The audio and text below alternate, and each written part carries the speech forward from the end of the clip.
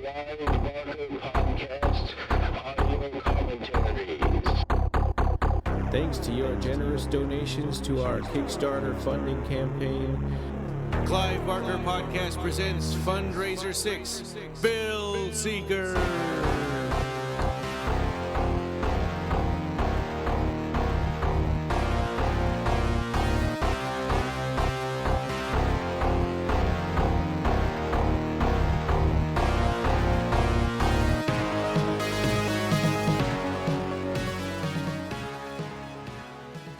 All right. Well, thanks for joining us. This is episode 258 of the Clive Barker Podcast. This is an A to Z commentary episode on the movie From Beyond. So we're doing Clive Barker's A to Z of horror. C is for chaos for H.P. Lovecraft movies, and we picked From Beyond of the H.P. Lovecraft movies available, which there are a bunch. There's a lot, but a lot of them aren't good. No, they are not. So as usual, you got Ryan, myself, Joe, Ed Martinez from Synovium. Another Synovium co-production here, and we got Marcus again with us. Thanks, Hello, Marcus, everybody. And I think I heard Nina back there too, right? She's hiding. She's afraid of. We have the Necronomicon here. Oh, she's working the resonator fork tonight.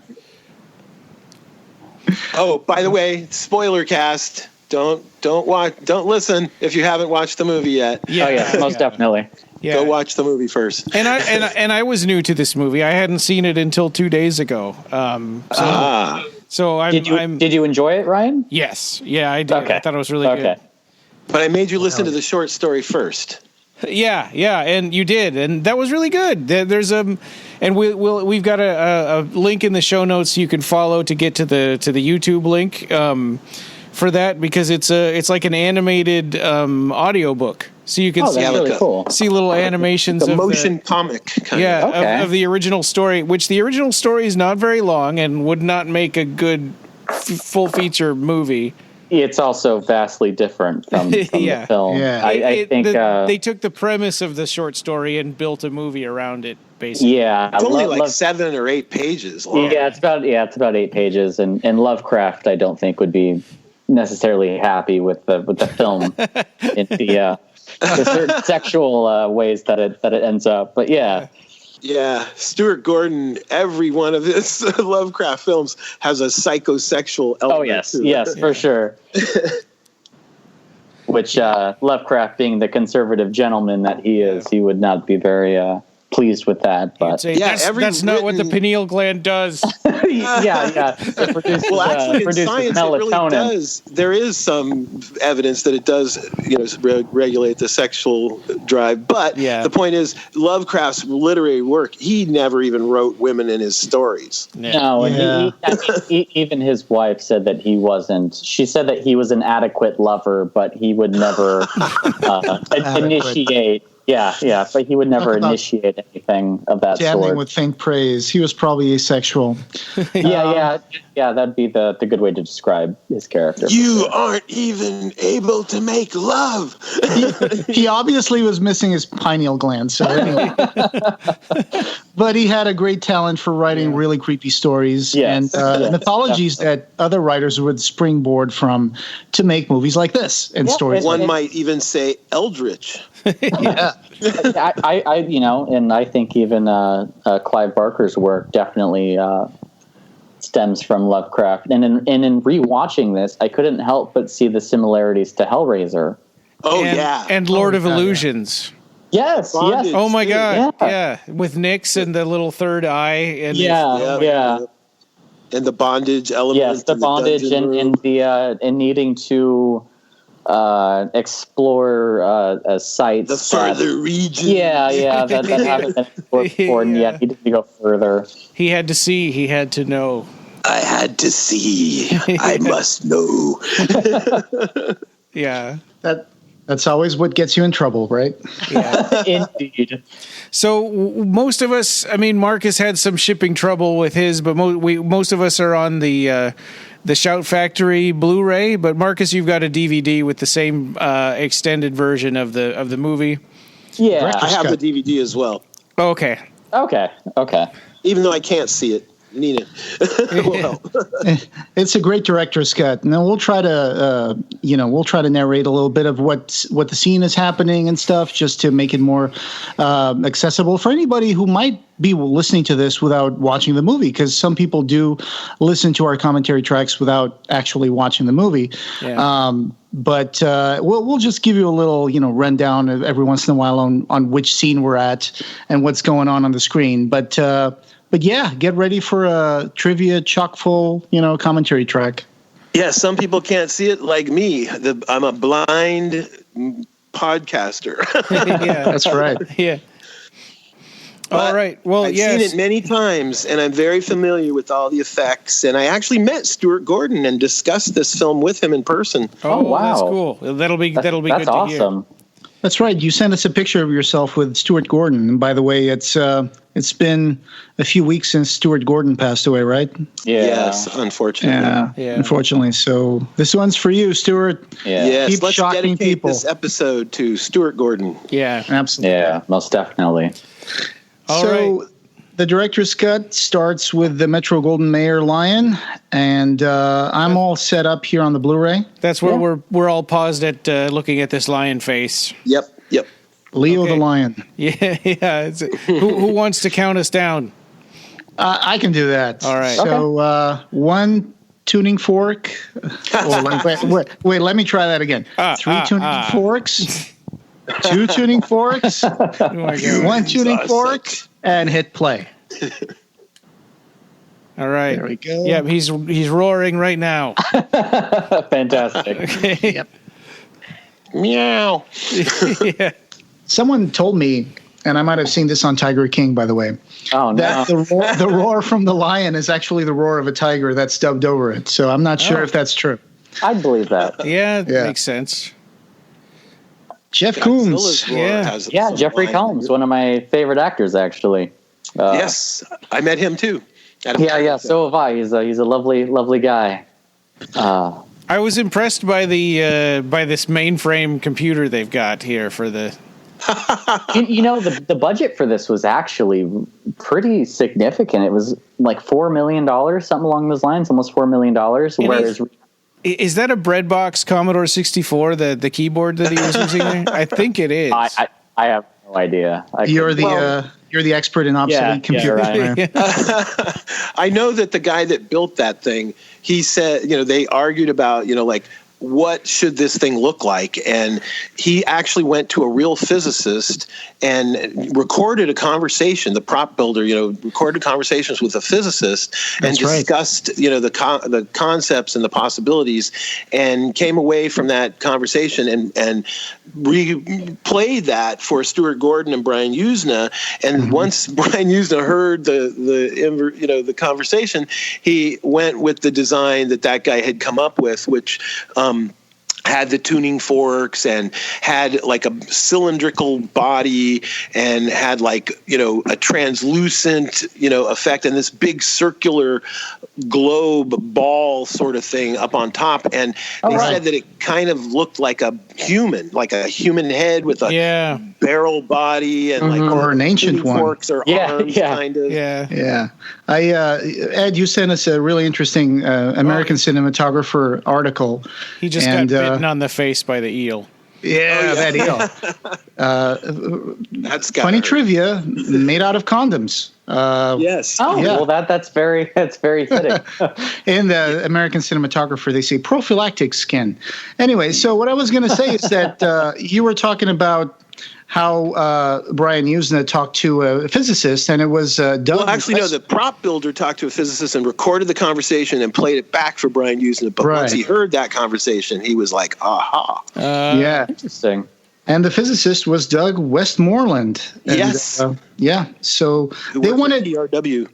Originally, they wanted this whole setup to be a little more Jules Vernish, kind of Kenneth Strickfaden. Well, that's the like thing, the Frankenstein lab. It's very Frankenstein. To look more like that Commodore 64, like you're saying. Like, in other words, he thought it should look more like a medical, doctor, hospital kind of thing. And Stuart and the prop guy, they said, we should make it more look Jules Verne and stuff like that. So they kind of won out. So here's a PhD in progress right now. So, so the Jeff Coombs is doing assistant work for this guy, Pretorius, and they just found a breakthrough, right? So they just figured out that this machine works, the resonator, and they've just tapped into another dimension. Yeah. The two characters are kind of actually swapped from the original. Yes, that's correct. Tillinghast is actually the main character. There is no Pretorius in the short story. No. There is a narrator who's never named, which is more, you could argue, the Jeffrey Combs character. Yeah. And that's a very big trope of Lovecraft. Many of his stories have an unnamed narrator. Oh, yes. And I'm going to guess that the name Pretorius is an homage to Dr. Pretorius from Bride of Frankenstein. That is correct. That is correct. Stuart Gordon himself says so. Yeah. Oh, okay. Interesting bit of trivia. When he goes into the bedroom to get Pretorius, there was supposed to be a cut scene there that was actually cut by Stuart Gordon, where he was doing some kinky stuff with a woman. He was sticking like a nail through her tongue. Yes. Interesting. Yeah. Very Hellraiser-y. Yeah. Very Hellraiser-y. And this was 1986, I think, 1987? No, 86. 86. Yeah. But ironically, in comparison to Hellraiser, both of them, that was very transgressive stuff back then. The takeaway is that kinky people are evil. Well, I honestly found so many similarities. I actually looked up the release dates from this movie as well as The Hellbound Heart, and The Hellbound Heart was released 1 month after this movie premiered. So it's really interesting to think that two works that are really similar, especially in the S&M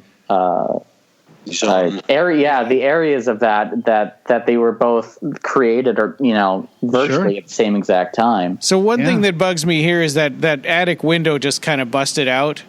And later on, it's going to break again for a second time. There's other continuity problems. Worse than that. And the number on the mansion there is number 666. I don't know if you noticed that. Yes, very. And subtle. What's interesting too about the mansion? That is a model. That mansion is a quarter scale miniature. It's all cool. Perspective. Yeah. Which means it's a bigature. It's like over 6 feet tall. It's a big model. So which is why later when you see them driving up to it, they don't actually show them driving up to it. Right. They have like a gate and stuff, which is a prop, Actually, everything was shot in the studio. They didn't even go outside of a studio in Italy to shoot the cars and the hospital stuff, where you see the ambulance and all that. Yeah, that's in the studio. Hospital, in an Italian studio. So this, I wonder what the deal is with all this Americana, the "Don't Tread on Me" flag and the colonial flag. Just like Hellraiser 1, they're trying to establish that even though you're shooting this in another country, that it's America. Oh, yeah. I see. Right. Because this is supposed to be, essentially Boston or Providence. Someplace that's a Lovecraftian locale. Yeah, because I know the street that the house is on is a real street in Providence. I love how brave he is. He just pushes her aside to get out the door. Oh, I know. But Lovecraft used to frequent that actual street, so it is a real street. What's crazy about that old lady and her dog and everything is, she's in from the beginning, she's in at the end, absolutely. Yeah. Mm-hmm. And there was I think another cut here where she says "Bunny," and then she looks back at the mansion, and they don't really follow up except to show us the dog kind of licking something next to Pretorius' body. The decapitated head. The blood around the neck. I guess it's like Stuart Gordon Pretorius' corpse. The scene was supposed to be extended. It was supposed to be a little more extended, but then they just, the MPAA made them cut something, and they were complaining about it on the commentary track. Or the DVD. They were like, yeah, it was nothing, man. But so the reason why there's so much slime in this movie is because when they made Reanimator, there was so much blood that the MPAA said, there's no way you guys are going to get, away with that. An R-rated. Yeah, it was and unrated. So they were like, they were like, well, I guess instead of blood, we'll just use slime. And then the MPAA was, wait, even slime worse. is actually worse. Yeah. Because it's too much like another bodily fluid. Yeah. Which is very fitting for this film. It was cool. It was cool to see that Ken Foree is in this movie from Dawn of the Dead. Oh, yes. Oh, yeah, which is another comment on the Lovecraft aspect is Lovecraft, is supposedly very xenophobic and very, perhaps, a bigot racist, and stuff. Yeah. And he would have never had a black man in the story as a main character like this. Yeah. And Stuart Gordon, very progressive, makes a woman the main lead character and makes Jeffrey Combs in this film, the victim. Yeah, absolutely. Yeah, right. I mean, it's interesting because this movie kind of switches because you start out thinking that Jeffrey Combs' character is going to be the main character. Right. But then he kind of switches over, 2/3 of the way in, and this psychiatrist that you don't sympathize with because it's like, no, don't do that, don't do it again. It was horrible the first time. Why are you doing it again? Yeah.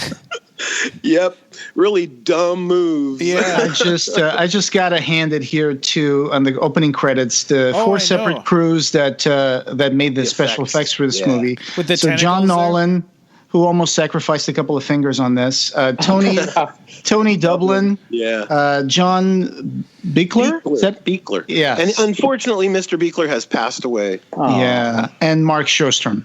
Yes. So they did the job. I think Mark Sjostrom worked on the Pretorius animatronics. John Buechler. Well, no, he did the whole Pretorius creature. Like, in other words, there was a little session, with Stuart Gordon and Mark Sjostrom right before Stuart Gordon had to leave the country. There was only like 4 days where they hooked up and they met in person, and they were trying to come up with a design real quick, before he left the country. And what they ended up doing is, Stuart Gordon came to Mark's shop, with his wife, and spent like 5 or 6 hours there. And Mark was like sketching feverishly and finally just got the clay out and started sculpting away and came up with a little maquette figurine that Stuart liked it enough to say, okay, that's good. We'll go with that. And then he left the country. And Mark and his crew had to build this thing based on those sketches and those little sculpture that he came up with. So here's Barbara Crampton, the Wonder Girl. So they thought that she would be too young to play the psychologist, so they gave her the big glasses and the conservative outfit. She plays a very conservative character. She's Superwoman with the glasses. Yeah. And the other doctor, her character is named Dr. Block, which I'm going to guess Robert Block. is an homage to Robert Block, who was a good psycho author. And he was a pen pal to H.P. Lovecraft and was kind of a protege of Lovecraft's. Yeah, and Fritz Leiber was as well, just before Lovecraft's passing and stuff. Yeah, which is Jeff Brower. We did the interview with Jeff Brower, who's a big a big Fritz Leiber fan.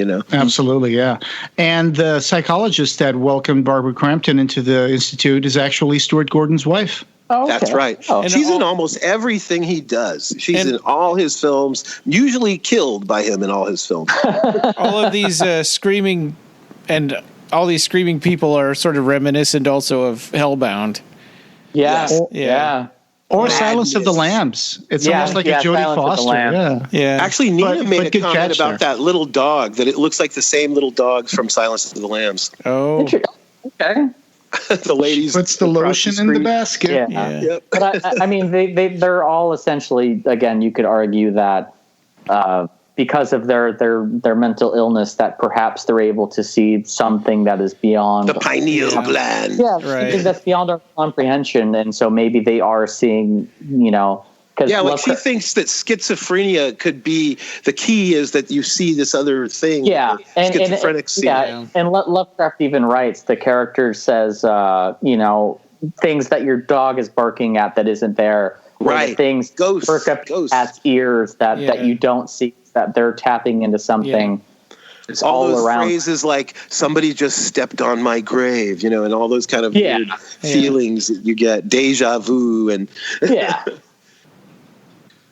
But the cool thing about this is that the beginning of the movie, right up to the part where he gets his head bitten off and everything, that's the story. That's the 7 or 8 pages. It's like the original short story. It's not Pretorius. There is no Pretorius. That's Tillinghast. Yeah. And he's pissed off. He's crazy at his friend, the unnamed narrator. And the unnamed narrator visits him after about 2 months. Yeah. And the change in the man from 2 months ago till now is he's completely bizarre and crazy looking. His eyes and his hair and everything. He's skinny and he's not eating. He's not shaving. And so he's raving, and he wants to have the monsters from the other dimension eat his friend. He's so angry at his friend, Yeah. Even though the friend humored him and came and sat down and show me your machine. It's like, well, what are you mad about? He's insane. He's not just mad. He's insane. Yeah. He also kind of warns though of like, don't move because they can. It's not a one-way mirror. It goes both ways, and if you can see them, they can see you. And all the servants were eaten because they moved. They flipped the lights. They turned on the electricity, which he warned against. Right. So he, in a way, though, he made them get eaten on purpose. Like he didn't really warn them that well. It's kind of like the Victor Frankenstein character in that they care to an extent, but once that extent is up, it doesn't. It's just it's a casualty to. Something. Yeah, like science. Yeah. It's like, hey, I'm doing some science up here, and nothing else matters. Yeah, and Tillinghast is a very Mary Shelley-esque character, or Frankensteinian character, in that it's a mixture of science and philosophy, whereas, of course, Victor was alchemy. But it's this blending of two ideas to find something that science itself rejects currently. And like a god. Yeah, exactly. I just want to bring up that, Jeff Coombs was just very intensely describing what happened and describing the creatures that they saw. Yes. And even though he was not violent, the other doctor just immediately calls 2 orderlies to come in. And then they just restrain him. That bugged me when I saw this the first time. I'm like, well, hey, let him talk. What's he? Well, in their opinion, don't you see? They think he's a murderer. Yeah, in their opinion, he's sputtering nonsense. And how the hell did the guy's head get off? Where's the head? Yeah, and so they just want to solve that crime. Whereas in the story, actually the unnamed narrator, he has a gun on him. The whole time, and so he finally pulls it out of, he shoots it's not called a resonator in the story, but he shoots the resonator. Yeah, it's one of those like O. Henry or Twilight Zone endings where you don't know exactly what's going to happen. The guy pulls the gun out and he's got it out, and you don't even realize it. Nobody realizes it because if he were to yank it out real quick, the eels would bite him. So he kind of creeps it out and he's got it out, and the crazy guy doesn't really notice it. And so the way the story ends is he fires it at the machine, and the machine makes everything go away. Yeah. So that's what kills the guy. Well, originally you don't even realize what he shot. You just find out that Tillinghast has passed, and the it was sort of a cheat. It's like I fired the gun and then he died. It's like a Twilight Zone where what happened. Well, you find out that the authorities arrive and they put together that Tillinghast went crazy and murdered his servants, even though that they don't find the bodies, and that there's no bullet hole in Tillinghast. Yeah, this gentleman did not kill him. Machine. Yeah, the Tillinghast actually dies of apoplexy. Yeah. So which is another word for a heart attack, I guess. I got the idea that it was because he saw that creature over his friend's shoulder. Yeah. I mean, it's Lovecraft, so for sure that he died of madness. That's a common theme. Madness takes Lovecraft. Control. It's like, the monster was so horrible I can't describe it. That's your job. You're the writer. Well, but that's Lovecraft. I think that's cutting Lovecraft a little short, though, because Lovecraft would even say like a good writer, a bad writer would say, "Oh, it's indescribable," but a good writer would leave enough to let the imagination roam and describe it themselves. Well, and he did a lot of the time, but sometimes he would say it was too horrible to describe, or just to look at it would make you go insane, or the room had obtuse angles where there should be acute angles, and it's like, wait, what? Non-Euclidean geometry. Yeah. In Lovecraft's defense, this was one of his earlier tales. It was actually How much of Lovecraft have you read, Ryan? I used to have a book of like his greatest hits or something, and I had read this story before, but it was when I was in high school. So but Marcus, I take it that you're very well versed in Lovecraft. I'm trying. I don't want to. I won't claim to be a real connoisseur in any way, but I'm definitely delving down that rabbit hole. I would have to say that I am a huge fan. Okay, I've read them all, and I've read pretty much all the stories. I've read the poetry. There's film festivals. You guys know about. I put it on the group. Thing of the short film, The Call of Cthulhu, the black and white one. Yes. That is really good. And that was actually made by the Lovecraft That's right. Appreciation Society, yeah. And there is a Lovecraft Film Festival that it was made for, that was entered into the Lovecraft Film Festival. Is that the one in Portland, Oregon? Yes. Yep, I've been to that because Nightbreed the Cabal Cut screened there. Oh, wonderful. I envy you. I would got have to loved meet to have done. Malcolm Smith because he lives in Portland. I met him awesome. in Los Angeles. Oh, really? He was here for a group of Halloween night with Clive reading short stories by candlelight. And that's cool. Yeah. Keep it weird. Yeah. And Doug Bradley has read the H.P. Lovecraft stories as well on his Spine Chillers, I think. Oh, that would be good to kind of review those or go through them. Yeah, sure. Definitely. And I sent you guys a link to the thing where Pete Atkins put a short story into a Lovecraft short story collection. Oh, yeah, that would be cool. Lovecraft Squad. Right. So I just want to recap a little bit of what's going on in the movie right now. So this is an important part where the Barbara Crampton's character decides to have they got that Jeffrey Combs put in a CAT scan, which was totally made out of plywood, by the way. Good job on that. Yeah. But they discover that his pineal gland is actually enlarged or engorged, whichever word you want to use, and that there might be something to that resonator. So this is what triggers the very unethical, very, very responsible release of Jeff Combs. To Barbara could you believe this? One cop would go with this doctor lady who, doesn't really pull it off too well, just the glasses, okay.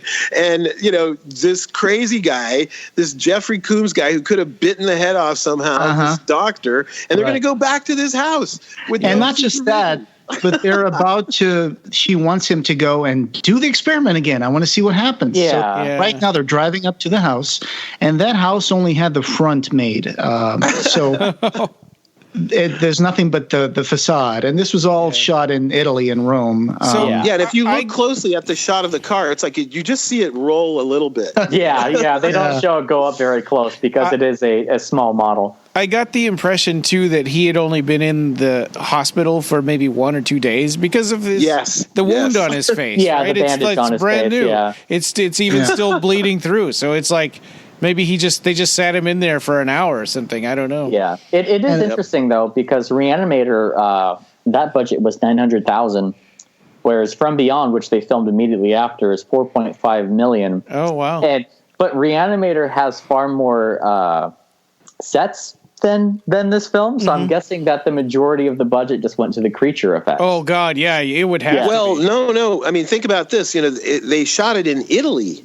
So Reanimator was shot in America. Even though the effects were done in America for Reanimator, they had to ship a lot of stuff to Europe. And stuff like that. One of the most expensive things was the shipping of that giant, stupid, shrimp creature. When that thing was like over 10 feet long with like a 15-foot wingspan. and go and watch the film and time it and see how long it's on screen. Yeah, I mean, they made two versions. They made like a little version, like a 1.5 foot long miniature version, and then they made this ginormous one. The clay alone to make that thing was over 1,000 pounds of water-based clay.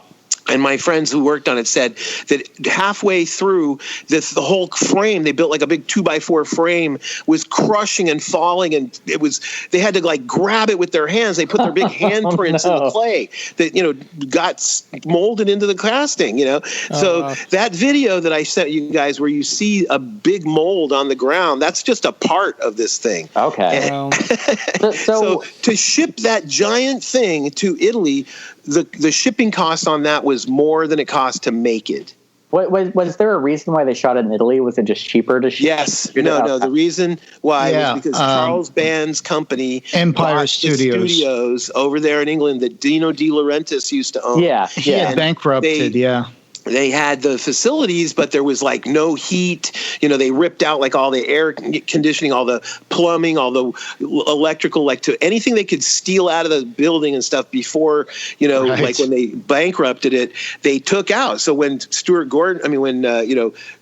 Brian Hughes and Stuart Gordon, Charles Band's company, his father and stuff, when they took it over, it was like a bare bones, really crappy place to film. Okay. But, it was in Italy, so a lot of people who went, like Barbara Crampton, Jeffrey Combs and stuff, they were all going like, hey, we're going to go to Italy, we're going to go. And make a movie, So that's why. Okay. Where are we at now? They just got into the S&M room with the VCR. Yeah, where you find out that Dr. Pretorius is into some very kinky and disturbing stuff, which again is very, very frank. Hellraiser, yes. Hellraiser. What's interesting is I did hear on the commentary, and Stuart Gordon said that out of all the trims and pieces that we're able to find and put back in, that there is a little piece of this part where there's the bondage and like the film that is in the film, like there's a videotape they're watching, and that there's more footage of that videotape that didn't get found. Yeah, the S&M because it was much more nudity. He was saying something like "scream harder." Or scream louder, something like that. He was saying to the woman in the tape. Yeah, big whip. Which is also similar to what happened with Hellraiser of having to cut out the sex scenes and stuff, right? Yeah. I don't know if I cut off earlier, but I was saying that chamber also reminds me of Videodrome a little bit. Yes. Oh, okay. Yeah, definitely. Yeah. All that psychosexual stuff. Yes, for sure. Oh, yeah. And body horror. Yes, definitely. I mean, this is total body horror. Yeah, very Cronenbergian. Very, very slimy. Oh, and another thing too, when they do, when you do see all that slime and liquid, watery type stuff, apparently they used, I forget exactly what the number is, but it was like over a 55-gallon drum full of this stuff called methyl cellulose, which is slime from Ghostbusters, basically. Okay. And I know how to use that stuff because my film that I worked on, a zombie film I did called The Dead Pit, we used about 35 gallons of methyl cellulose. Wow. And in every single interview, in every single commentary track for this, they keep saying, and you know what's funny about methyl cellulose? McDonald's use it to thicken milkshakes. Oh, gross. That's disgusting. Oh, no. Okay. Well, it's used for many things beyond that, though. It's just a food thickener. It's a white powder, and you put it in boiling water a little bit at a time as you stir it in, and it thickens the clear water into a clear slime, thick slime. Listen, it could be worse. It could be a 55-gallon vat of lube, like they use in that is basically what it is. Basically, yeah. I mean, when you see other movies, they use KY jelly. as for backup, for Alien and stuff. Yeah, they use KY jelly. Or like Clive called it in Hellraiser, elephant cum. Yeah. Basically, it's the same thing. And so what I've done and a lot of other people have done, in horror movies and stuff is you just mix in different coloration. You can put in like Caro, red blood coloring to make a thick, viscous methylcellulose blood. So you can put in yellow to make a pus. You can put in white to make a cum. You could do anything. So what are these things? Are these biscuits? They look like dumplings. Yeah. Oh yeah, this is stew dumplings. And it's hilarious because the black man makes chicken and dumplings, and then he gives them one each, and he eats 3. He's also a lot bigger than they are. He's a football player. He's a football guy. So yeah. In the commentary tracks, Stuart Gordon said that his wife made that, and the Italian crew kept saying, "You need to put some red sauce into that. You need to put some tomato sauce." Marinara. Hey, what's the matter, you? Yeah. And because you might have seen a lot of Italian movies, that sometimes they would do these co-productions with German and Italy and the United States and Italy, and even for pure Italian movies, they had this habit of, which might be considered a bad habit, they would dub all the movies. Right. They would shoot them what they call MOS. Yeah. Out sound. Yeah.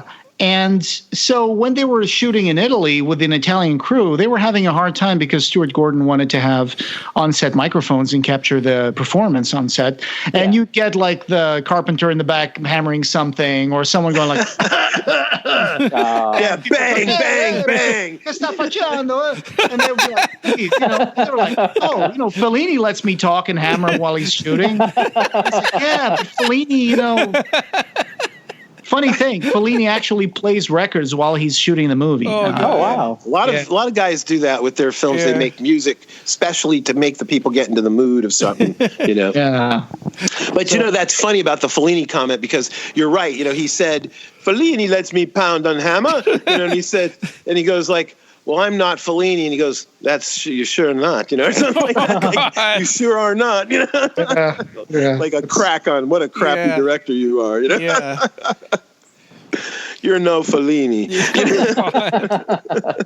So they finally got Jeffrey Combs' character here to start setting up the whole machinery. Resonator. Yeah. And so they're gonna. He's explaining a little bit techno babble about what's going on, and so it's, and that it stimulates the pineal gland and whatnot, and the vibrations of the frequency is that if you're in the vibrations, you don't really want to move. It's like a T-Rex. The vision's based on it'll see you. Yeah. Right. If you can see them, they can see you. Yeah. And so, like when if you cover your eyes, then you're safe. I was just going to say, as Pretorius is so hypersexualized and so kinky, I wonder if he deliberately wanted something that would stimulate the pineal gland, or if it was just a side effect of the machine. So, ironically, he is into the kink and the bondage and stuff. So, sex it's kind of like the chicken or the egg, in that, was he into that before, or like Barbara Crampton's character, did he get it back because of the stimulation that was occurring? Well, apparently it never worked until that very first scene. That was, okay. Well, then he was just into this kink to begin with. Yes.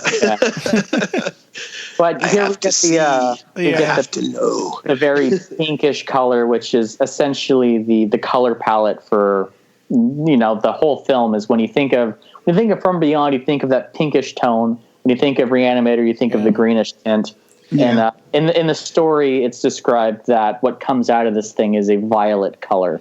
Yeah, right. And the physicists talked about that too. Ultraviolet. I mean, It's kind of like the idea of the spectrum. Like the solar flares, or that is that there's something radiation that we can't sense. That you certain things. That you can't see with your natural eyes, but you could possibly see with your pineal gland, which is your third eye, if you will. Lovecraft was the whole thing of the cosmic horror was the fact that, perhaps there are creatures and beings from other dimensions and stuff that have senses that we couldn't possibly comprehend. Yeah. And they can see things, they can see, sound, they can hear color, the weird shit. Yeah, there's something beyond our perception that is so much greater and magnificent than we can ever wrap our heads around. And this was actually, From Beyond is one of his very first, what you could call a cosmic horror. Right. And it was also one of his very first, what he called himself, of scientific fiction. And, what's interesting too, is the fact that, the cosmic horror and the worlds that the window just broke again. Yeah. And you see the jellyfish, and the jellyfish, aside from actual visages of these other cosmic realms, the only actual creatures you truly see in the actual story are these jellyfish that can pass through you. Yeah, very ghost-like, and that they can go through what we perceive as being solid. They can even pass through themselves. And they eat each other. Yeah, they eat each other. They cannibalize each other. Yeah. But there's way more than what we see in this film. Like, in other words, there's so many of them that they're like constantly bumping into each other and passing through you. And, there's like almost no space between them. There's only a couple of inches. Yeah. He described it that in every atom that's floating in the air, almost like a mote of dust is one of these creatures or this landscape that you can't even conceive with your mind. I imagine it like when you look at a drop of water under a microscope, like amoebas and stuff. Yeah, exactly. That's eye floaters. Yeah, exactly. Yeah. I had some of those. Do you think that that the tuning forks were kind of an idea? They got that from the physicist again. They got that from the physicist. I was thinking Phantasm. Oh, interesting. Yeah. Okay. Well, again, with the other dimension, with Phantasm, where the tall man and the little Jawa guys come from and stuff. Yeah. So, Pretorius has come back from beyond. Currently. That's one of the funny things about this story is they constantly reference the title in the short story. Yeah. And that is his actual beyond. And that is his actual body hair. If anybody is wondering, that's Ted Sorrell's body hair. I had no doubts. Yeah. So if I can just nerd out a little bit here on the special effects, the little trout things. It says here that first they started out with some elaborate test puppets built by John Nolan. And then they tried things like shooting them on wires on the set, using high-speed photography, that they could make it seem like they were like floating slowly. Then they thought, why not just try floating them in an aquarium, which seems really complicated to have them. Because most of the stuff, there's no optical, there's no digital effects. This is 1980. Yeah, they tried to do everything practical. Yeah. So they said that they ended up, what they did was they used a topper type effect, using a beam splitter mirror to actually reflect the jellyfish and eels from the aquarium off to either side at a right angle to the camera. Okay. And it worked basically like a front projection system. So they were able to create these effects on the set. Oh, wow. And they had to make a mat around the aquarium. So, But this was because Stuart Gordon had been more of a theatrical director, so he didn't know much about special effects, and so that's how they ended up making this very impressive stuff. But pretty much in camera. They did Reanimator first, so he had gone through a lot of effects stuff, and he had worked with a lot of these guys on Reanimator, so he knew what they could do, and some of them, like. They had a very short period of time right before he had to leave for Italy, and that's part of the reason why they had so much problems with the special effects. Because I have a friend named Ralph Miller who worked on the film, and he was a mechanical effects guy. And one of the things he told me about was that miniature version of the shrimp creature that sprouts wings and turns into the giant one. He said that he wasn't quite sure about things. Like, they gave him some really rough storyboards, like just squiggle line of what that thing, looks like in the frame and stuff. And so he built the miniature version with a rod that came out from under the belly and all these cables and stuff that came out from under the belly. And when John Buechler had let him kind of go wild on it, and he came over and saw what he was doing, and he's like, is that rod gonna stick out? And he's like, yeah. And and those cables, he's like, yeah. And it's like, oh, okay. They only had like 2 days before it had to ship. Yeah. And it's like, that was a big problem because that was not supposed to be sticking out from the belly. They were supposed to film it up in the air and be able to get the camera like up around underneath it and be able to see the belly and stuff. So they ended up having to do an optical effect, a blue screen effect where they cropped out those rods and cables and stuff. And my friend Ralph, told me like I was kind of felt like in the doghouse, because I didn't really know what was going on. Well, I mean, that shit happens, Well, it seems like the turnaround on this film was really, really fast because Reanimator came out literally the year before this came out. So I would imagine that the moment they found out that Reanimator was essentially a box office hit, that they were like, do it again. Take another Lovecraft and do it again. They said, look, we want to make a sequel. We want to make a sequel right away. And he didn't want to make an exact sequel. So he said, like, well, how about some other Lovecraft stories? And so they gave the producers, they were thinking about doing Dagon at one point. They gave them like 5 stories. And Charles Band said something like, well, I don't think it's going to be real. I don't know about people turning into fish. I don't know if that's he hated that idea. So then they thought about the Mysteries from the Witch House or whatever it was called. Yeah, which he later did for Masters of Horror. Yeah, exactly. The Witch House. Yeah, and so they ended up making this one. So he said, "Where's the monster?" He wanted a monster. Yeah, and I mean, Stuart Gordon did later do Dagon. It was Charles more. Band was the boss. And it was more Innsmouth than it was Dagon, and they also did Castle Freak. So, I mean, Stuart Gordon has done a plethora of Lovecraft adaptations. Oh, yeah.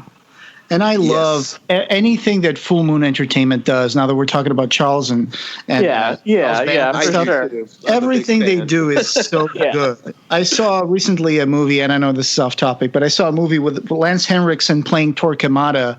And it's great. Stuart Gordon directed that. Yeah. And I saw that movie like a few days ago. What's it called? The Pendulum. Yes, okay, yeah. I haven't watched that yet, but I do have that. It's from the mid-90s. The scenery, boy. Is Jeffrey Combs in that too? Yes. Okay. Yeah, he plays like a clerk of Torquemada. Okay. Yeah. There's so many cool people in that movie. It's amazing. It's chock full of great talent. I gotta pull that out of my collection and watch it now. I know that Barbara Crampton herself is she's producing right now a remake of Castle Freak. Oh, okay. So I don't know if that's here in the Bay Area. She lives up in Marin County area. Oh, awesome. That's really cool. Yeah, she's been on a couple of local horror show. Like we have a local host doing a creature feature show, and she's been a guest on there. Yeah. That is cool. She does not age. I know. I've had a crush on Barbara Crampton like my whole life. Ever since I saw Reanimator until now. She said that she had a dinner party at her house not that long ago, when she was on this TV show, and she said that everybody wanted to watch that movie, and so she said, "All right, they're having some glasses of wine." And and so she puts the movie on, and everybody's loving that scene of her in the bondage gear and everything. Yeah, and it turns out that photo is like super popular on the internet, and she's still looking pretty good for. She still looks great. Yeah. And they talk about like when they bought that outfit, like her and Stuart Gordon had a fun day of shopping where they had to go to like Frederick's and all these places. I'm sure they did, yeah. But they didn't find anything. She tried on like 200 outfits and then she had to give up and they had something made. Yeah. Custom made, yep. Which is kind of interesting because at that time, Hellraiser and this and stuff, there weren't that much. This was kind of, transgressive stuff. It was find that kind of thing. It was not like today where you can just go online and order it and it comes. Well, Stuart Gordon has always been very transgressive. You guys mentioned earlier that before this, he was in theater. He was a theater director. He was from Wisconsin, and he was very transgressive then. And he would get, I believe he would have plays and stuff shut down because of how transgressive and political that he would get at times. Yes, his wife and him and some theater actors got arrested. Yeah. They had a theater company called the Organic Theater, and they did a nude version. They had nudity in Peter Pan. Oh God! They had like a psychedelic sequence where like the colored lights, like of a light show, like that oil and water effect of colored lights, and stuff. Not my first choice for a nude production. Yeah.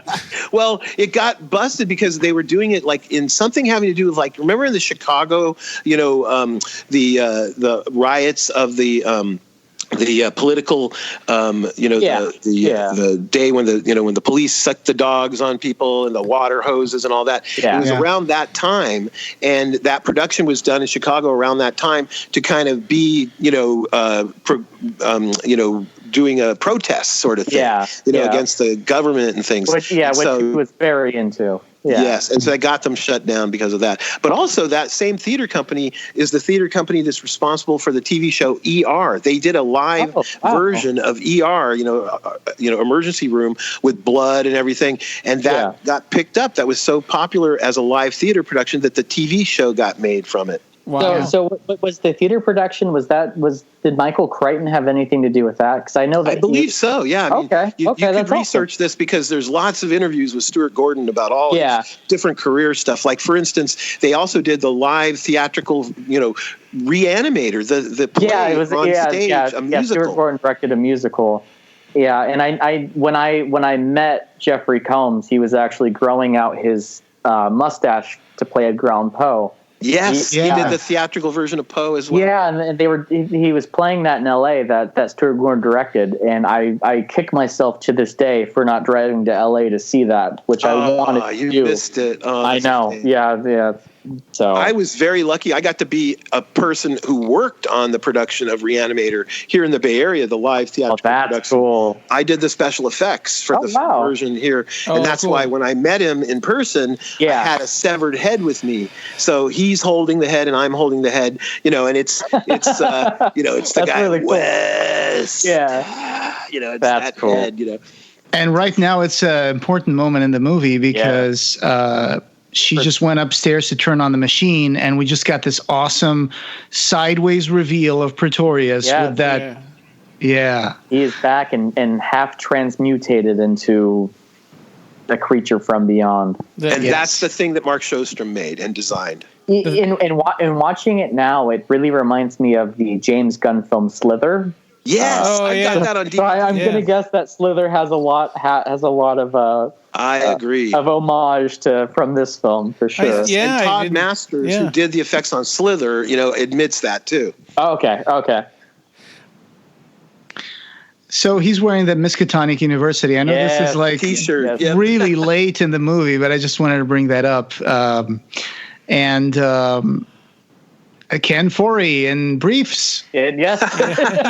There we go. Gotta add some more sexuality in there. Which Lovecraft would probably hate, but makes it that much better. He's spinning in his grave right now. Yeah. They had a lot of back and forth, Jeff Coombs and Ken Foree, while each was in the makeup chair. They kept pestering each other.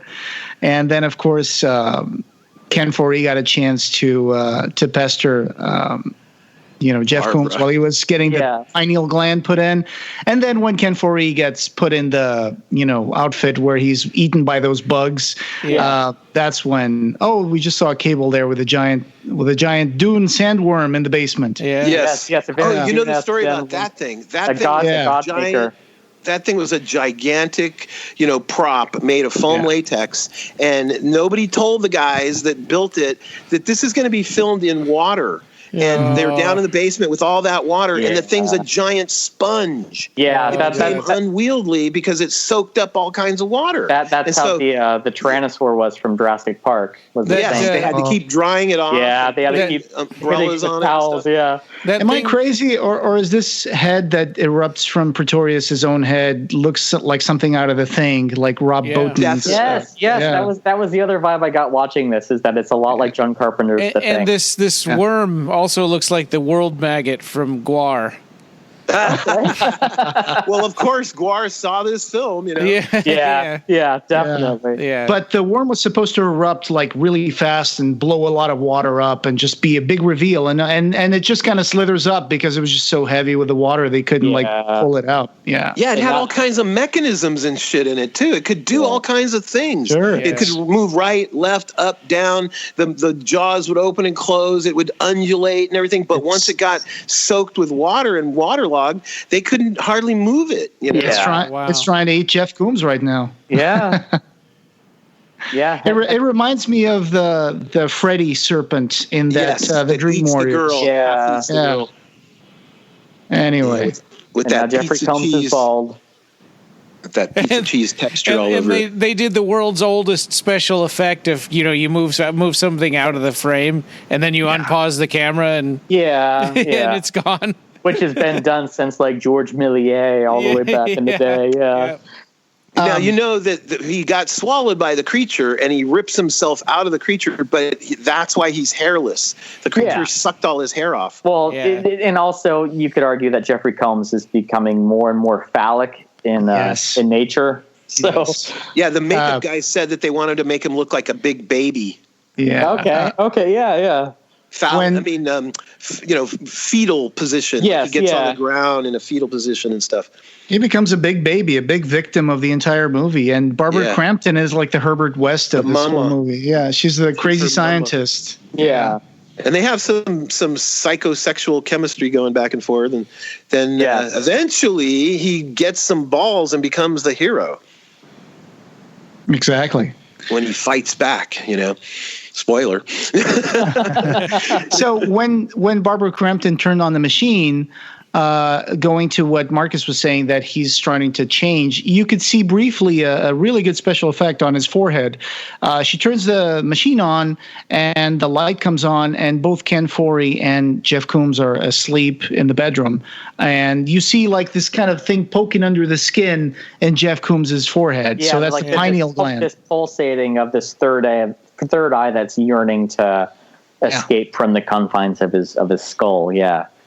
Yeah. Now, could you imagine a freaking organ that would poke through your brain bone? It'd come out of your brain through the bone in your forehead, through the skull. Yeah. Drill a hole in your skull. Yeah. And again, I argue that the pineal gland that eventually does erupt like a chest burster through a skull is very phallic in nature. Absolutely. In fact, you know what Barbara Crampton and everybody was calling it? Jeff Coombs called it dog dick. Yep. She wouldn't bite it. She was like, I'm not going to bite that dog dick. Red Rocket. That's Stuart Gordon was explaining to Jeff Coombs, no, listen, it's a pineal gland. We talked to a doctor. It's like, no, this is dog dick. But it's pretty funny. But you know what? The effect is very interesting because the guys came up with several different ways. They tried to do, 2 or 3 effects on that same rig. Like, in other words, you put them in a bald cap, and then how do we make the pineal gland do poking out? And then also for a different shot, take the pineal gland away and make it just look like it's bubbling up, like it's just poking. Like you were talking about. Later when Dr. Block or one of her nurses is trying to get it out with clamps. Right. Actually, that is Dr. Block doing that. Okay. But yeah, you're right. And so what I'm saying is that they built a rig where they could undo, they could open up the appliance and they could remove with an Allen wrench the metal plate that would have the pineal gland rigged up to it. So they could take that away and then put in an air bladder rig, and it wouldn't take, like complete removal of the bald cap and going back to the makeup trailer and everything. They could kind of do it on set and remove it in like 15, 20 minutes and put it all back together. And now we could do an air bladder where it's kind of bulging and pulsing and stuff, So in the shots where Dr. Block is trying to get out the pineal gland, that's not Jeffrey Combs, right? That's just a dummy head? There's multiple ways they did it. Combination of a dummy. There are like 4 dummy heads made, yes. Okay. Because sometimes the camera's looking straight on and the pineal gland is coming out, and there's no way they could do that if it was an actor. But his eyes are closed or something so that it can be a dummy, Yeah, because the eyes are are what emit life the most, and that's the hardest. Well, those are the most expensive things. Like if you could build a mechanical head that had eye blinks and good eyes and everything, it would just cost that much more. You know? So, I mean, I always do that myself. Like whenever I was making a fake head for someone, I'd say, well, can the shot be where his eyes are closed? Yeah. And if so, that's going to cost you less. And if the shot can also be where the guy is bald, can we get a bald guy to do this? Because if he's bald, then I don't need to put a punched hair on, or I don't need to get expensive wigs. There you go. You got both of them. Yeah, for those shots. And here's the money shot of the movie, which is Barbara Crampton applying lipstick while dressed in bondage gear. Yeah. Here she's slipping into this bondage gear. It's like, woohoo. The part of the VHS tape that most teenagers would keep rewinding.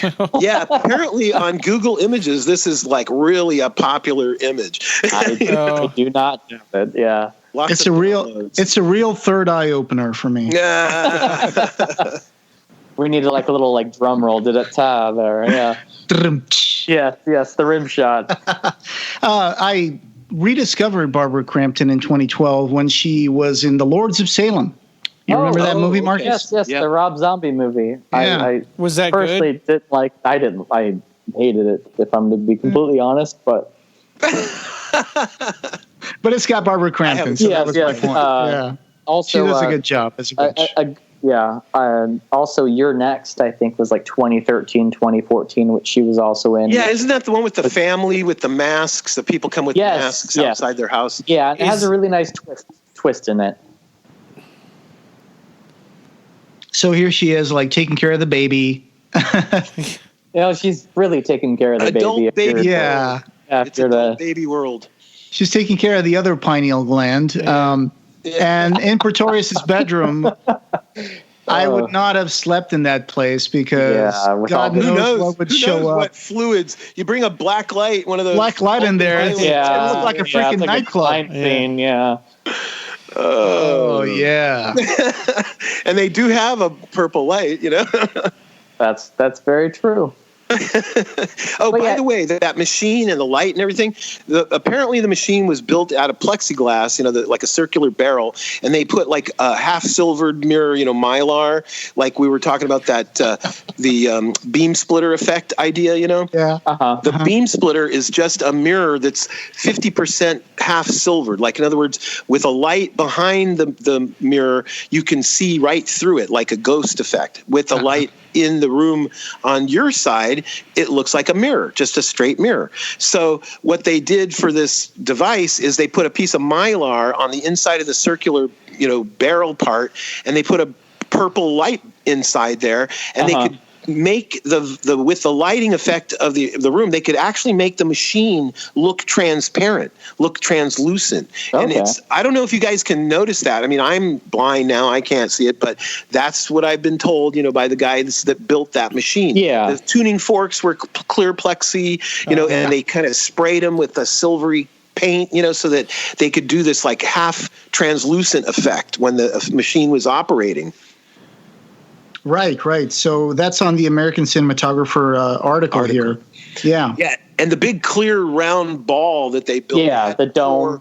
They had to pour resin into that thing and slosh it around. And the guy that was putting his face over the ball as he was filling it with resin, as the resin fumes were being, coming up into his face, he was like getting poison gas in his face. No. And he had to like crawl his way to the door of the shop to get fresh air. He's like, oh my God, I'm gonna pass out. Yeah. I guess I didn't think about like how much of the actual color was done in camera. But now that you mention it, I mean, like you said, Stuart Gordon was always for practical effects in camera, so that would make sense that they'd have to do that. At this point, it seems like Ken Foree's character is the main character because she's kind of out of her mind, and he's like a baby. Yeah, he's the most sensible. He just, showed her. He's the macho man. Yeah, he just showed her visage of, like, look at you in a mirror and what he's doing. Is that who you are? Yeah. You're like, I don't know who I am. And the machine just turned itself on. So we're at that point where it's like. He pulled out his gun and tried to shoot it, which is very similar to the Lovecraft story. But the resonator. One man took with his gun away. A gun in the house. So and now we got bees, or what are those things? Yes, it's kind of like locusts or bees. Actually, you know what, Ryan? It kind of reminds me of The Heretic. Oh, yes. Yeah.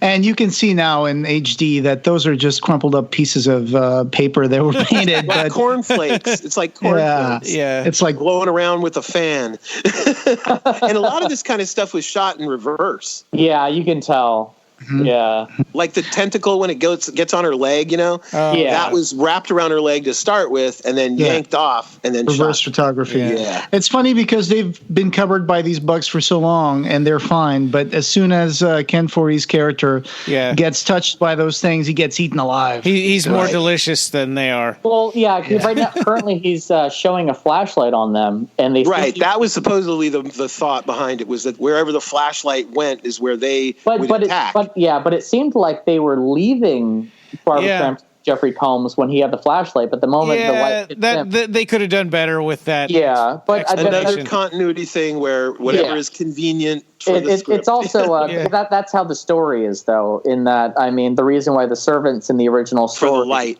perish, is because they turn on the electricity. They turned on the light. And what brought again, like a T-Rex from Jurassic Park, it brought the attention of the creatures from beyond. And man, can you imagine how horrible that would be to be conscious and like all of your flesh be eaten alive? Yeah. Your body between this and Dawn of the Dead, he can't catch a break. But oh yeah. Well, that's what they hire him for, to die. Actually, he survived in Dawn of the Dead, didn't he? Well, a version of him says, "When there's no more room in hell." Yeah, the dead shall walk the earth. But that's not the same actor. I mean, that's not the same character. It's the same actor. He's in the modern version saying that. And here's the animatronic, obviously not human guy in a suit, Pretorius, that just showed up. So that was entirely animatronic. Yeah. He took the woman in the helicopter at the end of Dawn of the Dead. Right. And so with this Pretorius puppet, they kind of do the same effect that they do in Reanimator, where in Reanimator it's a decapitated head, and so they cut it off from the neck down and just have the actor's face. Whereas here, job in a sideshow. Yeah, so here when it's in a long shot it's a puppet, but when it's a close up it's just his face, and they cut off the chin so you can't see the body of the actor. Yeah, exactly. Oh, that's a good idea.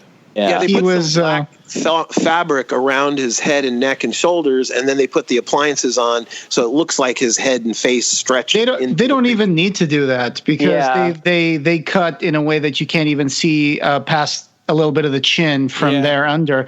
And there's a picture here. And there was a picture here that you see him sitting on a stool with a tank top, just that's funny. Yeah, attached to the entire thing. Right. So it's a great use of a close-up shot. Yeah. So he must have been sitting on wheels or something, and they wheeled him back and forth. Yeah, or just like a swivel chair, and he's just swiveling back and forth. I don't know.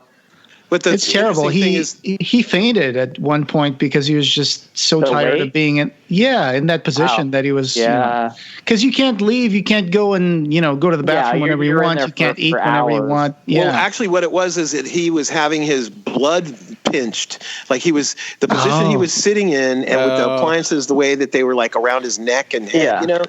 They were cutting off the blood. And so he kind of was passing out from it. And they didn't that's realize. Terrible. Yeah. You suffer for your art. The other thing, too, is that Mark Shostrom made that beast, that weird leg, arm creature thing with a long, like the head all extended way out, on the end of a big, long, like tentacle almost. And the way they made that thing was that they had removable heads. It had mechanisms underneath the skin. And you could take the face off and put a different face on, and it would do different things. And then, so they had 3 different changeable faces and heads on that thing. And then they would also cut to Ted Sorrell as the actor as well. This movie to me feels like 2 movies, right? Like this is the ending of the first one, and then when they're in the hospital, it's like Halloween 2. That's a really good analogy for it, for sure. And they could have another movie, right? Yeah. And now she's spraying the resonator with shaving cream. Yeah, and so they've pretty much done extinguisher. So they've done away with the bad guy, right? With Dr. Pretorius. Yeah, I was wondering if the fire extinguisher was a euphemism for anything, but I couldn't figure out anything. I think it was just a mystery. Okay. But yeah. Now we're at the Miskatonic Hospital here. Yeah. So it's Dr. Block. You know what I love about this is the scene where he escapes. Like she gets in the van, or the two of them both go in different vehicles. But when he leaves, there's two like ambulance workers with a drunk guy strapped to a gurney, and the drunk guy is awake. And he sees what happens when Coombs attacks and sucks the eyeballs out of one of the EMT guys. And he's flipping out on the gurney. And it's like nobody believes him. Nobody listens to him. Well, they think he's having delirium tremens. Right. But in fact, he really saw some crazy shit just there. So, which again, you could argue is all of these schizophrenics and all the people who are locked up in the psychiatric hospital. They actually beginning are of the film. Things. Yeah. And nobody believes them.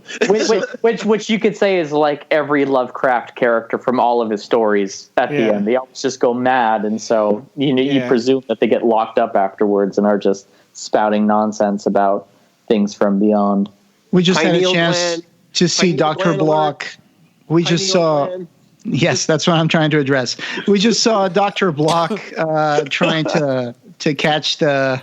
With the forceps. The dog dick with the forceps. And there was a brief moment there where you might have seen that the color grading was just a tiny bit off. So that's one of those bits that were trimmed. Trimmed by the MPAA. And the thing is, Stuart Gordon, he always wondered what happened to those trims. And he talked to MGM.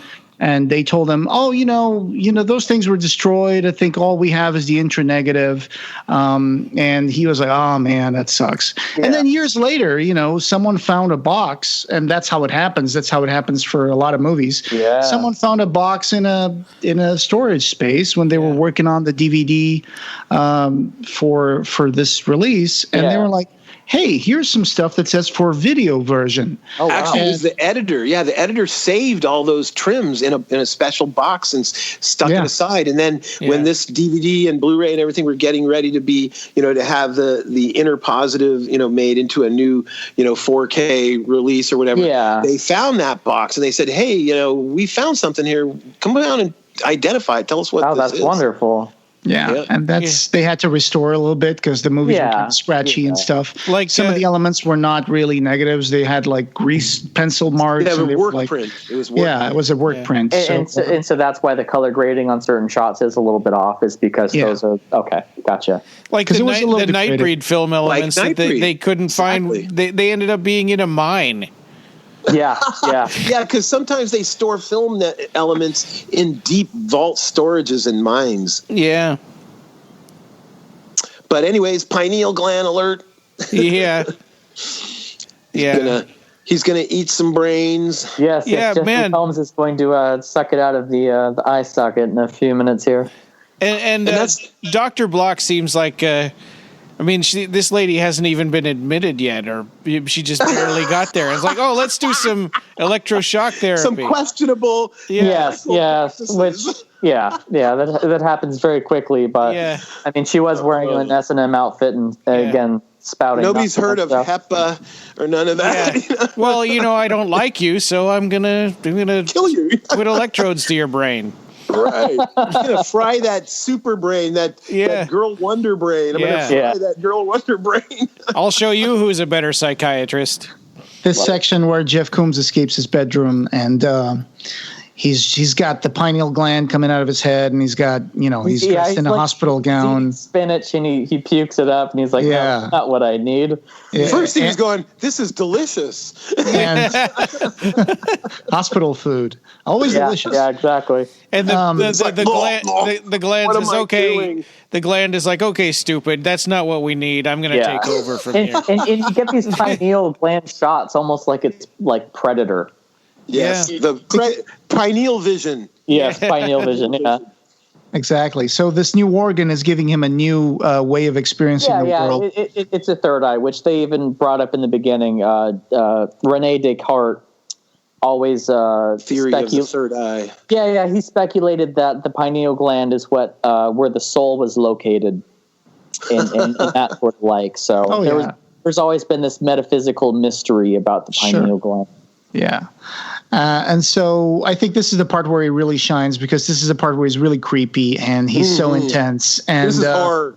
There's a part where he was opening the door just a little bit, and you see his figure, like that verticality of his body, just framed on a little opening on the door, and he's just like, his mouth is open and he's looking. Yeah, and that's just great. That's just great. Yeah. I mean, Jeffrey Combs has always been a character actor, and so when you first meet him in this film, he just seems pretty much like a normal guy, and so you kind of wonder why Stuart Gordon would cast Jeffrey Combs in such a role.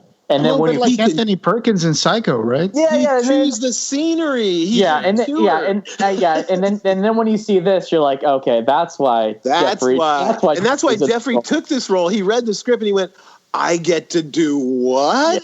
I get to eat eyeballs. I mean, his Herbert West is beyond amazing. His delivery in that film is really what makes it. And I've loved his work, since I was a kid. And I don't know if you guys have seen Peter Jackson's The Frighteners, but in yes, he plays almost like this Nazi Hitler-esque character who's just so vile. But sure, what about his playing Lovecraft? Have you seen the Necronomicon? No, I haven't. I haven't. No, I met him right after he played that part. I had done a haunted house here in the Bay Area where I got to go to Brian Usena's shop, meet Brian Usena in person, and he had just done Necronomicon. Okay. And he gave me the prop book from the film to bring to this haunted house thing. Wow. And we also had Clive Barker original artwork on display at this haunted house thing. And this is the one where I got to do Linda Blair's makeup. She was a guest as well. But the Necronomicon film, Jeffrey Combs was cast as H.P. Lovecraft. Okay. And the makeup guys put prosthetics on him to elongate his face and make him look like Lovecraft.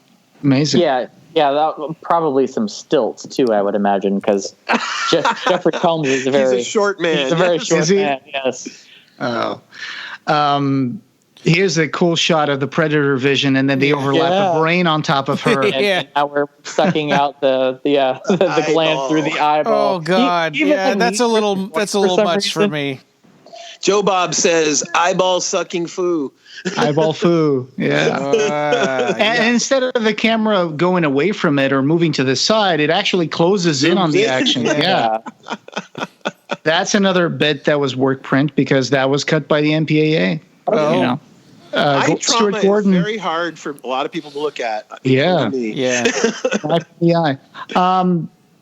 Stuart Gordon said, in a way, this movie, in his mind, was castrated by the MPAA. And then when they found the work print footage, movie got his balls back. Yeah. That sounds very Barker-esque to say. Yeah, yes, wonderful. Yes. That's so wonderful. And I love how he kills his wife in this one. Must be cathartic. Yep. I mean, even in the theater stuff, he kills his wife all the time. Who is his wife? That actress that plays Dr. Block. Oh, that's his wife. I didn't know that. That's Stuart Gordon's wife. Oh. And what's ironic, too, is that, Barbara Crampton talks on the commentary about she met her first husband on this film. He was a cinematographer. Oh, wow. But she says first husband, so I assume that means they divorced eventually. It seems like they were going out for lunch and dinner, and they kept getting drunk all the time in Rome. So it must have been a fun shoot. It must have been. Yeah. I could just imagine. Lovecraft in Rome. And this is 1987, so they were complaining on the commentary track that there weren't a lot of American cars available in Rome to requisition for making the movie. Okay. So they call it the laundry truck. The van truck. That they had to dress up to look like an ambulance. Yeah. Well, no, the one that the blue one. The three of them to drive to the house in the first place. It's a little odd of a vehicle for them to use. But not exactly right. It's like all they had was Italian vehicles to use. Get a Fiat. Yeah. And then the ambulance too. That's a great scene because they have to leave in two separate vehicles. Yeah, and that's where we are right now. They just wheeled out the homeless man on a gurney, and you see Jeffrey Combs' pineal gland starting to pulsate. To pulsate with hunger, I guess you could say. So coming up soon does Barbara Crampton's character put a bomb on the resonator? Yeah, that's really what funny. I gathered. Where did she get a bomb from? I was just going to tell you that. In the commentary, and Stuart Gordon says that originally in the script, there was a part where they were going to try and go to like a construction site, like outdoors somewhere, like a vacant lot that was turned into a construction site. Oh. And it was going to be like the worst security in the world, where a woman could go alone with no tools, no bolt cutters or nothing, get onto the site, get into the shack where they keep the dynamite, leave with enough dynamite to blow up the house and a timer. Yeah. So it's just like, we got a bomb somehow. It's like no explanation. It's just, there it is all of a sudden. And like I said, it is interesting for how large the budget is that we get literally just 2 locations in the whole film. You have the hospital and you have the house. But you don't really mind. I mean, No, not at all. I mean, you come for the special effects for sure.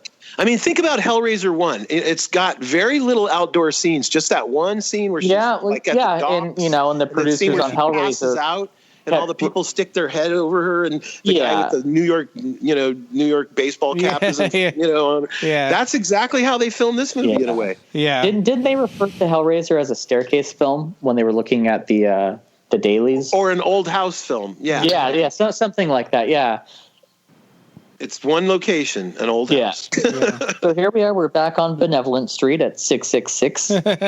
666 Benevolent Street. Yeah, and that's real. That's from Lovecraft. They cancel each other out. Yeah, like I said earlier, Benevolent Street was a real street that Lovecraft would constantly go and walks at night. And I guess stopped off and picked up a bomb at the 24-hour all-night bomb store. Yeah, pretty much. And I saw an interview when I was doing my homework for this, and it was Fright Fest, I think. It's on YouTube, and someone was talking about this, and Barbara Crampton was talking about the bomb, and she asked the audience, so, I mean, have you guys ever, when you watch the movie, do you guys ever think about where do I get the bomb? And probably nobody lifted their hands. It's it's not relevant. You don't. Well, ironically, it's like whenever you say something like this about a movie, it's like if you're thinking about where they got the bomb at this late a date, you're not in the film. You're talking about a film that has these sperm monsters from another dimension, from beyond the world. Yeah, like there's some things that you just kind of you were talking about a dog dick movie sticking out of the forehead. Well, and it's true. When I watched this 2 days ago, I didn't think about that. I only thought about it, just today. While we were talking, like, wait a minute, where'd you get that bomb from? It's not that relevant. Yeah. And you know what else is funny is, Ryan, about how when the box arrived at your house and you weren't there and your wife found it first, and she finds this box and she's like, what is this? The box has a flippable art, right? On the other side, it's the Thank goodness. Monster. Yeah. Shout Factory always does that, where they have the original on the inside and then a newer one on the outside. It's a hit or miss. I mean, I've seen other alternative art that I've enjoyed over the years, but this one, not so much. It did not work for me because it looks like it's the Nightbreed art that they had. That was pretty good for the collector's edition. Yeah. Usually they're good. I mean, like the Candyman release they did was pretty good. When I asked about this, because Nina had to look it up, and we sent the picture to you, Ryan, to say, "Is this the one you're talking about?" One of my friends, who's a big fan of this kind of stuff, said, "Yeah, man, it's like there's, arms, hands reaching out for her boobs right on the box." Yeah. And Jeff Coombs' character with an axe, right? On the it looks like a cartoon. It looks a little cartoonish. It does. I have the DVD right now. My Shout Factory version hasn't arrived yet, but on the DVD, it's almost like an H.R. Giger ripoff. It's very like Species-esque. Very. Oh, she just bit it off. Bit the dog dick. Yeah. There goes that dog dick.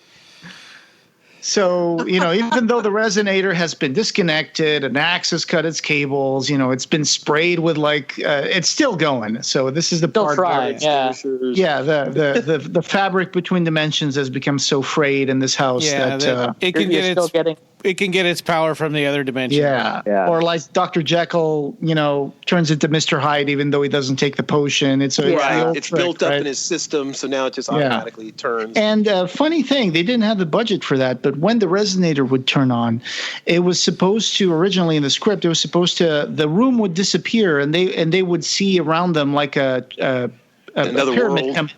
Like a pyramid temple, and even an ancient one. That's cool. Yeah, that's how it is in the story. Is that like you actually? You get sort of Yog Soggoth temple. Yeah, as I said earlier, in the original story, you see more locations than creatures. The only creatures you actually see are the jellyfish. Yeah, but you see more of like a pyramid-esque edifice. Temple. So do you think that this particular version of the monster inspired the engineer from Hellraiser?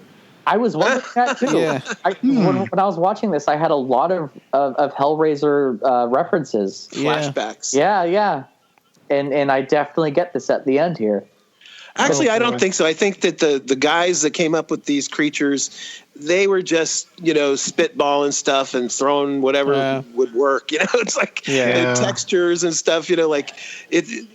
Especially because the whole thing with that shrimp flying creature and stuff. Yeah, that was a ginormous project and all kinds of sculpture. And it's on screen for like a heartbeat. Yeah, it didn't work very well for me. That one second scene where that thing is flying, it's like, oh my god, that's terrible. Yeah, well, I liked it. I thought it was cool. Yeah, I liked it too. And it gave us monsters, something to look at. It's like Nightbreed. Not all the monsters are 100% successful. Yeah, but they're cool. Yeah. There's something to look at, I as an effects guy, I could just imagine sculpting away for weeks and months on monsters and stuff, and then you see the film and they're like, "What happened?" Yeah, it's just several frames and that's it.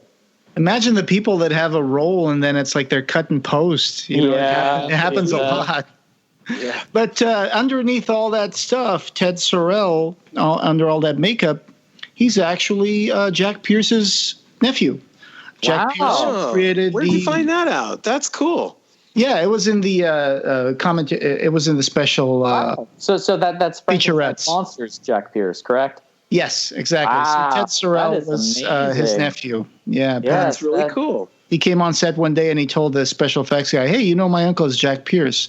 Oh, you know what? The guys that built the eels.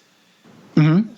One of them is a relative of the real Criswell from Plan 9 from Outer Space. Oh, no kidding. Yeah, John Criswell is one of the two guys that built those those eel creatures, the translucent ones, the ones that have the prophylactics, for skin. Wow.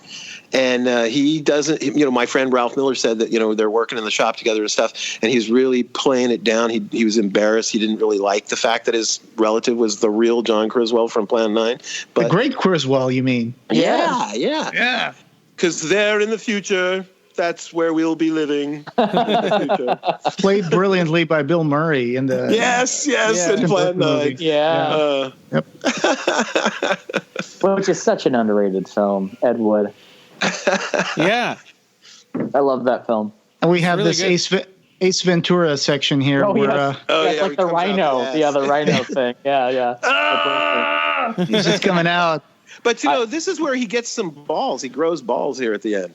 So the weird part is that we saw Jeff Coombs' body with the twisted neck on the floor. Yes. He went beyond. He went beyond and he creates his own body on the other side, just like Pretorius did. Pretorius, when the monster ate Pretorius's head, it bonded with his brain. The personality and memories and everything of Pretorius took over that other dimension creature and became the creature. Yeah. So the same thing kind of Jeffrey Combs fought his way out of this creature, the Pretorius creature, and stayed Jeffrey Combs. It's almost like that creature that we find in the beginning of The Thing with the two faces coming out of each other. Yeah. That is burned in the Swedish station and stuff. I was going to say, like, this disintegration of the creature kind of reminds me of the hybrid from Alien Resurrection for some reason. You mean because of the skull-like? She just broke the window for the third time. yeah, the same attic window. Yeah. Definitely. Organic regrowing window. And what freaks me out the most in the entire movie is the exposed fracture of her knee. Yeah. Oh my God, I know. That's that looks like bone. It needs to be amputated. You can see bone. It's her kneecap is completely split open. It's gelatin. It's the only thing I can relate to. Yeah. And she's all limping around on this horrible leg, Yeah, in shock. Yeah, at least the neighbor got her dog back. That's the main priority. Bunny. Yes, Bunny. Bunny is back. The weird thing is that actress that played that woman, her name is Bunny, but then her dog's name is Bunny in the movie. That's wonderful. The dog. Yeah, wonderful. I wonder if she was living in Italy or if they brought her over or where. Yeah, like some kind of expatriate. Yeah. One of Stuart Gordon's drivers played the cop that was outside the door of the hospital room when Jeffrey Combs was in there eating brains. Oh, that's cool. He was an Italian who couldn't even speak English, and they just stuck him in the film. Oh, that's here, you sit in this chair. We need an actor for this part. Oh, sure, yeah. That happens a lot. I know. In my films that I've worked on, it happens all the time. This final shot here, Barbara Crampton, she went with the laugh hysterically option. Oh, it's great. I love that laugh. It looks like she's half crying, half screaming, half laughing, and we just cut to black. Perfect. It reminds me of the very ending of Reanimator when the juice goes in and its screen goes black. And all you see is the hypo empty. Well, and then you hear a scream of her coming back to life. It's also a very Lovecraftian ending too. Of you don't know if her mind has just been shattered into madness or what's going on in the psyche there. An excellent point there. So that's. I love it. From Beyond, Barbara Crampton said in the one of the featurettes in the Blu-ray that when asked what would have happened to her character after the end of the movie, she said, maybe she's out there somewhere homeless. I don't think she would have been, she would have gotten out of it, but maybe she's out there homeless trying to get some money, begging for money. So if you see her, give her a quarter. She's got a little baby resonator in her backyard. She's building. She's got a pineal gland in her pocket. And a duffel bag. Pineal gland in your pocket, or are you just glad to see her? She's got a duffel bag with a bomb in it for no reason. It does make you wonder if her pineal gland is starting to rupture from the skull. Yeah, like Jeffrey Combs's was in the beginning. that I was curious about too. It's like, do you need the resonator, or can you see stuff without that now that your pineal gland is overdeveloped or grown? Yeah, once your third eye is open to such perceptions, it is a good question of whether you need such a device or if you can tap into that. No matter what, what's there, even if you can't see it. Yeah, I use edibles for that. See with my. Don't we all? So we just saw their conceptual artist Neil Adams. So Neil Adams is a big comic. Find anything? No, I didn't. But Neil Adams is a big comic book artist, and apparently he did some work, some concept art. It was published. It's been published in a hardcover. You gotta find it. I gotta see it. I found the hardcover, but I don't own it. So, but he did do something artwork for this, and it did get published in a big hardcover. If anybody knows what it looks like, please describe it to us. Yeah. I mean, is it just drawings of the actors, or is it the creature effects? What is it? I don't know. Is it storyboards? Yeah, I guess if someone buys that hardcover and if they can find it, I'll put a link to it on the show notes to the edition. Okay. I also put a bunch of info, different things to give you guys in case you want to put any of that stuff in the show. Yeah, and we did some of it, and we'll put the rest on there too. Cool. But for people listening, that'll be on there when you're listening to this. Yeah, there's a great documentary about Lovecraft. There's a trailer for that short film, Cry of Cthulhu. There's a toy company that makes action figures of, Cthulhu and demons and all kinds of stuff. Hey, Ryan, so did you have a chance to watch Reanimator? I did not. No, unfortunately. Okay. Oh, you're in for a treat. Yes, you are. I love that film. You got to take advantage of the lockdown and watch the entire 2 or 3 sequels that came out after it. Yeah. Night of Reanimator is beautiful as well. I'm starting full time again on Monday. Okay. Oh.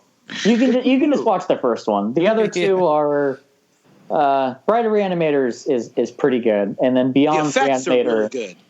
They are. Effects are really good. And Beyond Reanimator is just so a little fun. on the weird side. Yeah, that was like a Sci-Fi Channel original movie, but they go Combs down is here still like in it. the Hellraiser sequels. And the credits are over now. I'm back to the menu. Yeah, me too. And I just want to say about the special features in the Shout Factory Blu-ray, they're really amazing. They got, editing room, lost and found. They got an interview with the composer. Do they have the storyboard to script? They do. They sure do. They do. Okay. And they also have Multiple Dimensions, a featurette talking about the special effects with John Beekler and John Nolan. Who almost that I lost. don't have on my disc. We don't have that on ours, huh, Marcus? No. Sometimes you can find this stuff on YouTube, but I'm not sure if someone already. Yeah. Shout Factory always has really, really great. Let me know if you find that particular one on special effects and how many minutes long that is, because I'd love to hear it. It's like about 8 minutes or something. Oh, okay. And I just want to give a shout out here because apparently for that DVD version that you and Ed and Marcus were watching, the interview with Stuart Gordon in the special features was actually, I looked at the credits and it said special thanks to Dark Delicacies Books and Gifts. Oh, wow. It was recorded at Dark Delicacies. It turns out that the interviewer who was interviewing was Del Howes. Wow. Yeah. Okay. Dark Delicacies. And he's such a cool guy too. He is. I met him on the set of Lord of Illusions. He was an extra, and so. Oh wow! That's awesome. Every time I go to LA, I travel to Burbank and go visit Dark Delicacies. Their store. Yeah. He gave me a ride back from the book signing because I had a broken foot. Oh, that's so nice. What a great guy. Yeah, he's awesome. Yeah, Dark Delicacies was the first place I ever met Clive. So I have. How cool! I know. I have such fond memories of that place. Well, that's a good endorsement any day. Yeah. Well, who's going to say it? All right. And this podcast having no beginning will have no end. You can find the show notes for this episode and join the discussion over at www.clivebarkercast.com. We've got an archive of past episodes, news, features, and reviews, along with all the ways you can connect with us. You can subscribe on every other place you can find podcasts. Share your thoughts with us, and share our podcast with your friends. The Clive Barker Podcast, or BarkerCast, is an independent editorial podcast and news blog that's not affiliated with or under contract by Clive Barker or Seraphim Inc. This is a labor of love by the fans for the fans. Thanks for listening.